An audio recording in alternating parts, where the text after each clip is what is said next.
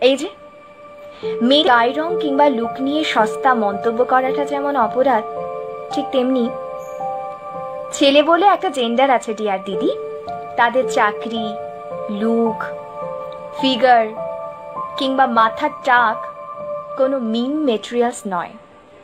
বাজারে একটা চলতি গুজব আছে, মর্দ কো দর্দ নেহি হোতা। এটা বাজারে চলতি মিথ মাত্র। ছেলেদেরও কষ্ট হয়।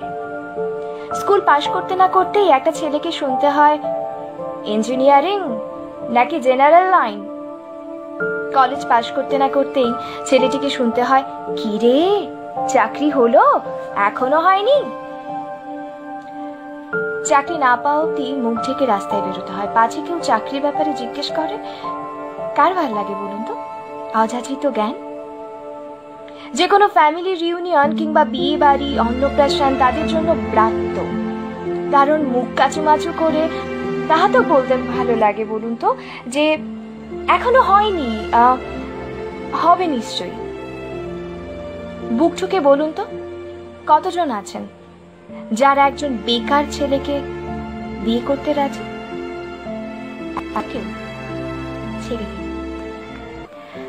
একটা ছেলে যখন তার পড়াশুনো কমপ্লিট করে, এই ধরুন বিএড করে বাড়িতে বসে থাকে এবং বাসায় বাসায় গিয়ে টিউশন পড়ায় তার হাত খরচের জন্য, তার ফ্যামিলি খরচের জন্য, কিংবা একটা ছেলে ধরুন ব্যবসা করতে চায়, সে সামান্য কিছু পুঁজি চায় তার বাবা মায়ের কাছ থেকে কিংবা ধার করে সামান্য পুঁজি ব্যবসা করার জন্য, আপনারা কি তার পাশে দাঁড়ান? আপনি ঠিক কি করেন সেই সময় বলুন তো? আপনি তখন বিজ্ঞাপন দেন, সরকারি চাকুরিজীবী পাত্র চাই। শুধু এখানেই নয়, আড়ালে আবডালে খোঁজ খবর নেওয়া চলে। কত মাইনে পায় রে? আদা জল খেয়ে যদি একটা ছেলে ধরুন চাকরিটা পেয়ে গেল, তারপর আপনার জানতে ইচ্ছে করে মাইনেটা কত। ধরুন মাইনের ফিরিস্তি, ফিউচার প্ল্যান এবং সংসারের দায় দায়িত্ব, এই সমস্ত কিছু পেরিয়ে, সমস্ত কিছু সামলে ছেলেটি যখন বিয়ে করবে ঠিক করে এবং তার বয়স যদি 30 পার হয়ে যায়, তখন একটা নতুন তকমা আমরা সহজেই তাকে দিই, কাকু তকমা। তারপর জাস্ট ফর ফান কিছু কমেন্ট আমরা করি, যেমন ধরুন তো ঢ্যাঁড়সের মতো মোটা,